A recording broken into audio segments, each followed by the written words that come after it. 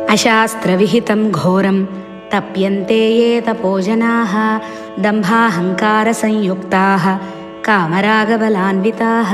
రాజసిక తామసిక ప్రవృత్తి కలవారు చేసే పనులన్నీ వారి యొక్క అవసరాలకు తగినట్టు, వారి యొక్క అనుకూలతకు తగినట్టు చేస్తుంటారు, కానీ శాస్త్ర విధి ప్రకారం చేయడానికి ఇష్టపడరు. వారు తపస్సులు, పూజలు భయానకంగా, జుగుప్సాకరంగా ఉంటాయి. ఇంకా కొంతమంది తమ గొప్ప కోసం, తమకున్న సంపదలను, హోదాలను ప్రదర్శించుకోవడానికి అహంకారంతో పూజలు, వ్రతాలు చేస్తుంటారు, కానీ భక్తితో కాదు. వారు చేసే పూజలు, తపస్సులన్నీ కోరికలతో, బంధనాలతో నిండుంటాయి. పురాణాలలో రాక్షసులు ఘోరమైన తపస్సులు చేస్తుంటారు. దేవుడు ప్రత్యక్షం కాగానే లోకంలో దేని వలన చావు రాకుండా వరం కావాలని కోరుకుంటారు, లేకపోతే ఎవరూ తనకు ఎదురు లేకుండా ఉండాలి అనే వరం కోరుకుంటారు.